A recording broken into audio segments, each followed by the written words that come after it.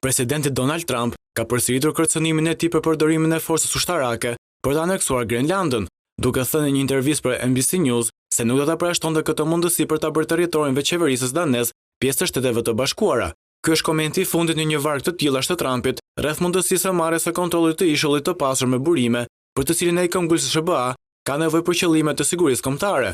Nuk e përjashtoi mundësinë, i tha ai Kristen Walker të NBC News në një intervistë që u transmetua të dielën. Nuk them se do ta bëj, por nuk përjashtoj asgjë.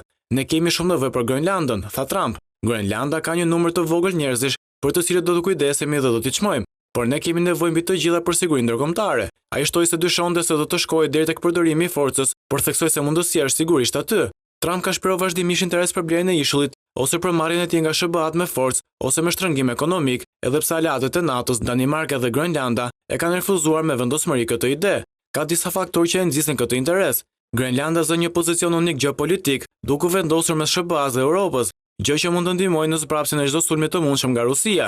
Ai gjithashtu shtrihet përgjatë një trajektorie kryesore detare dhe është pjesë e hendekut Grenland-Island Mbretëria e Bashkuar, një rajon strategjik detar.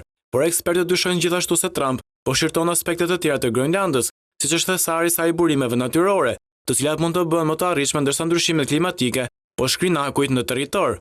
Këto përfshin naftën dhe gazin, si dhe metalet e rrallë të tokës që janë shumë të kërkuara për makinat elektrike, turbinat e erës dhe pajisjet ushtarake.